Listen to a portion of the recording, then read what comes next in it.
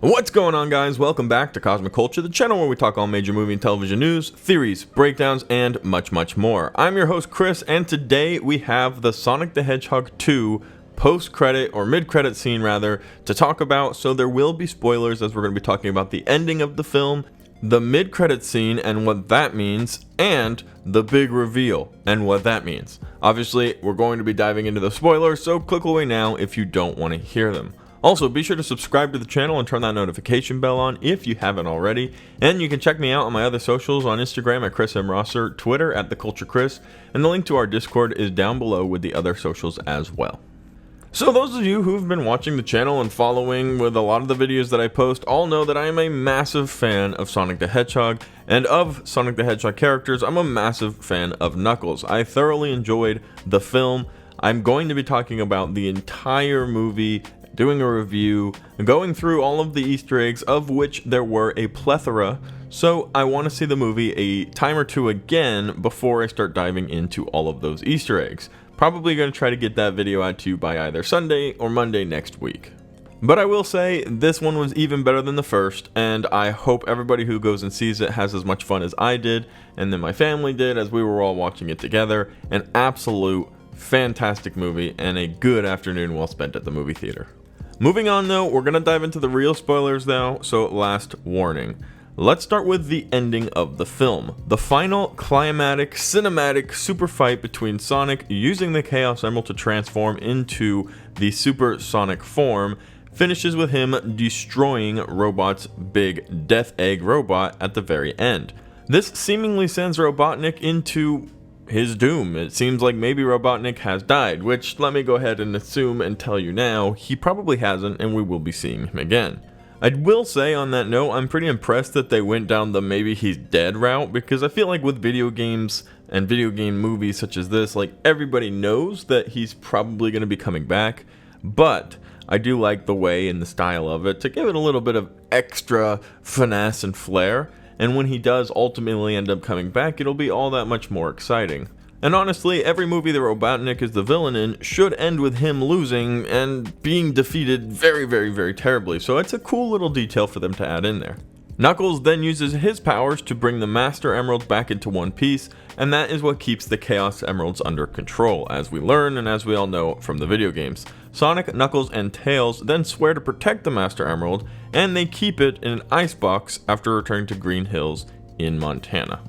Now we can talk about the actual mid-credit scene that you have all of that information. The mid-credit scene cuts back to the wreckage of the final battle, where the military, or specific the Guardian Units of Nations, GUN, law enforcement agency is searching for Robotnik, but there's no sign of the villain. And his goon, Agent Stone, is actually disguised as a trooper and is listening in to everything going on. This is really cool, and it definitely shows that if Agent Stone is alive, there's somebody helping him out do it, because when Eggman left the first time, he went and became a barista. He's only evil with Eggman, and him doing this is either to help save Dr. Robotnik, or either to get information for Dr. Robotnik. So that's a nice little addition there that Agent Stone was there and listening, and we also get this massive reveal. When they wiped Robotnik off their database, they found coordinates leading them to Project Shadow, a research effort that's more than 50 years old. But that's not all. We're then provided with the first look at Shadow the Hedgehog floating in a test tube, and I think a lot of people were hoping that this was the direction they were going to go. I've said this several times about the Sonic the Hedgehog franchise, and although I don't think many people are taking it extremely seriously yet, maybe after the sequel and the new Knuckles series we have announced, and the introduction of the Chaos and Master Emeralds, and now Shadow the Hedgehog, we have a serious contender for one of the coolest cinematic universes ever. The Sonic the Hedgehog video game has some of the thickest and deepest and well-connected lore out of any video game there is. All of the games connect very well, the characters connect very well, and they all have histories that maybe we haven't even untapped yet. Where is Tails from? Are we going to learn about the Echidna tribes that take care of the Master Emeralds, where Tikal might reside, and what Knuckles truly is and where he comes from? We can dive deeply into now with Shadow, the Sonic the Adventure 2 battle game, which follows Professor Gerald and Maria and Shadow on the Ark, a spacecraft that floats and orbits around Earth, where Professor Gerald was preparing all of his insane science projects. Shadow was a major part of that, and it's very likely we're going to be seeing that now moving forward in the Sonic movie. And let's be honest, that is the best part. I know that the age of people who watch these videos changes a lot. There's some really young people, maybe 10 years old, and there are a lot of people who are a little bit older. But I think the median group of people who have watched and do watch my channel are within the age of people who played the Sonic Adventure 2 game. And if you were like me, you were obsessed with that game.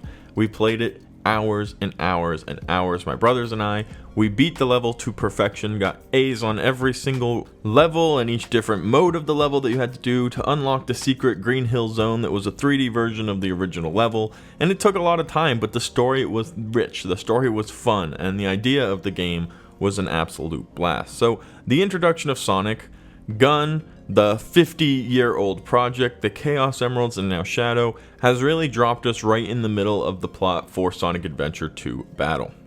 And what does that mean? Well, more characters are going to be introduced, more story, and more understanding and explanation of what the Chaos Emeralds are, Sonic the Hedgehog and his rich lore of characters such as Shadow's past and history, where he came from, Robotnik's history, Professor Gerald, Maria, all of that insane stuff is going to start being explained if they end up doing that storyline in the third film. And quite honestly, I just don't see how they don't. It is going to be the biggest movie for them by far because this game had so many fans. So many people who, like myself, played it for hours and hours, and it really was their big connection to Sonic the Hedgehog. I've played most of the games, and I've played most of them a lot. The original Sonic games, Sonic 2, Sonic 3, Sonic and Knuckles, Sonic Riders, Sonic XD, Sonic Heroes, Shadow the Hedgehog the game, and many, many, many others.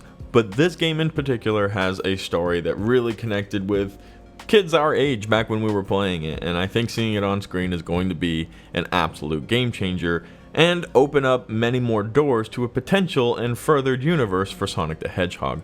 Their exact plans are unknown right now for what they want to do with this franchise. However, the announcing of a Sonic spin-off series featuring and starring Knuckles the Echidna definitely shows that they have plans to go beyond just a simple trilogy. They have plans to expound and explain more. Maybe we'll be getting a Sonic 4, 5, and 6, or they'll be going more of like the Avengers route. We'll be getting a Tails 1, 2, and 3, and then a Knuckles 1, 2, and 3, a Shadow 1, 2, and 3, and then a Sonic Avengers type movie where they all team up together and intermingle throughout the films. It's going to be a awesome ride, I think, and they do have an awesome potential here to create something very, very special. And I hope they continue to do as good of a job as they have with the first one and the second one, and the teasing and leading into the next future films and shows.